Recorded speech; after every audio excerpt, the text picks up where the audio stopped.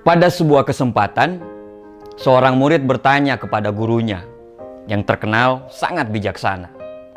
Bagaimana caranya agar kita bisa mendapatkan hal yang sempurna dalam hidup ini, guru? Sang guru menjawab, berjalanlah lurus di sebuah taman bunga, petiklah satu yang menurutmu paling indah dan jangan pernah kembali ke belakang. Si murid pun menuruti apa kata gurunya. Dia pergi ke sebuah taman bunga sambil terus melihat bunga mana yang akan dia petik. Dia terus berjalan dan sampailah dia di ujung dengan tangan yang hampa. Dia tidak memetik satupun dari bunga yang ada. Sang guru bertanya, "Mengapa kamu tidak mendapatkan satu bunga pun?" Dengan nada yang sangat lemah, muridnya menjawab, "Sebenarnya tadi saya sudah menemukan, tapi saya tidak memetiknya. Karena saya berpikir mungkin di depan nanti pasti akan ada yang lebih indah daripada yang tadi.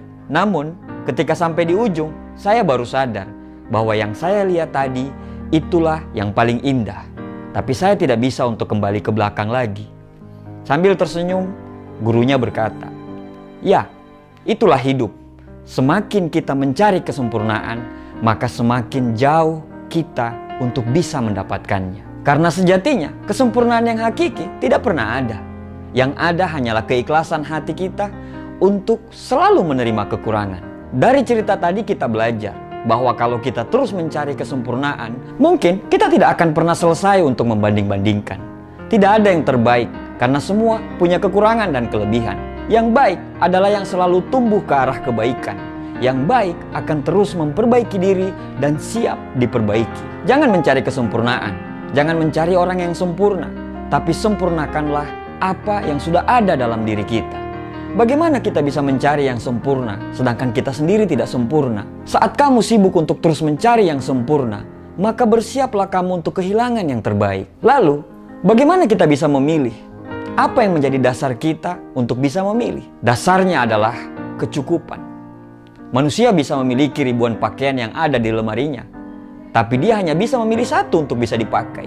Manusia bisa memiliki ratusan makanan yang ada di meja dia, tapi dia hanya bisa menghabiskan beberapa saja.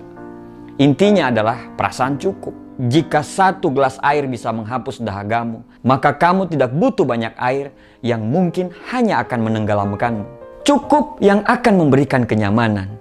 Berhentilah untuk mencari kesempurnaan, karena yang kita butuh adalah orang yang tahu ketidaksempurnaan kita, tapi tetap memilih untuk terus bersama kita.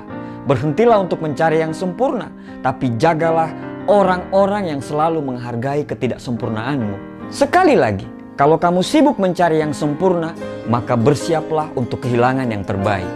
Hiduplah dalam cukup, karena cukup akan menghadirkan kenyamanan, dan kenyamanan akan mendatangkan kebahagiaan. Terima kasih.